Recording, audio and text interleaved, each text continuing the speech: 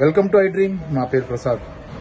చెప్పాడంటే చేస్తాడంతే, ఇది వైసీపీ ఎన్నికల నినాదం. వైఎస్ జగన్మోహన్ రెడ్డి తీరుకు అద్దం పట్టేలా ఆ పార్టీ కార్యకర్తలు, నేతలు చెబుతూ వస్తున్నారు.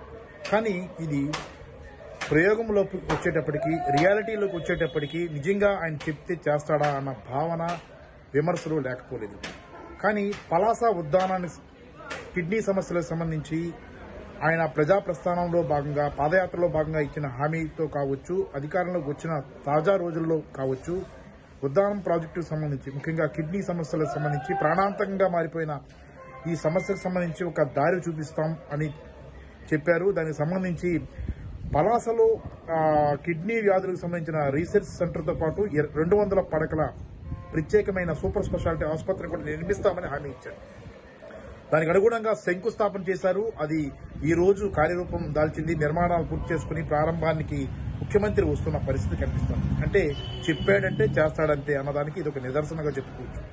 జనానికి కూడా ఇప్పుడిప్పుడే అర్థమవుతోంది. ఇచ్చిన మాట నిలబెట్టుకోవడంలో వైఎస్ జగన్మోహన్ రెడ్డి ముందంజలో ఉంటారు. ఖచ్చితంగా అనుకున్నది జరిగేలా చూస్తారు అన్న భావన అయితే ఎక్కువగా ప్రజల్లోకి వెళ్తూ వస్తుంది. ఇది ఒక ఉదాహరణగా చెప్పుకోవాలి.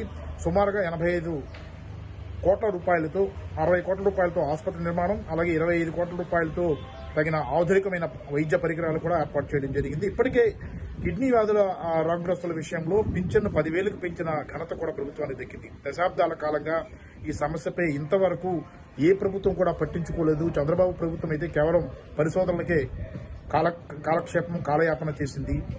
అసలు సమస్యకు మూల కారణం అనేది పట్టించుకునే దాఖలాలు లేవు.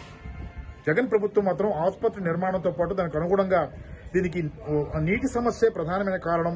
ఈ కిడ్నీ వ్యాధుల కన్నా భావనతో 700 కోట్ల రూపాయలతో ప్రత్యేకమైన ఉద్దానం మంచినీటి ప్రాజెక్టుకు శ్రీకారం చుట్టింది. అది కూడా దాదాపుగా పూర్తయిపోయింది. అది కూడా త్వరలో పనిని ప్రారంభించబోతుంది. స్వచ్ఛమైన మంచినీటిని అందించేందుకు ప్రభుత్వం సిద్దం చేస్తుంది.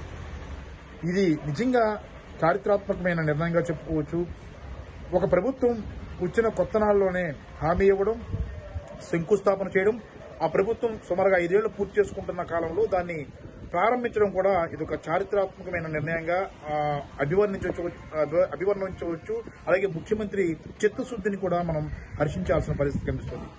శ్రీకాకుళం జిల్లాలో అటు పలాస నుంచి ఇచ్చాపురం వరకు సుమారుగా 4 నియోజకవర్గాల పరిధిలో ఈ ప్రభావం ఖచ్చితంగా కనిపిస్తుంది.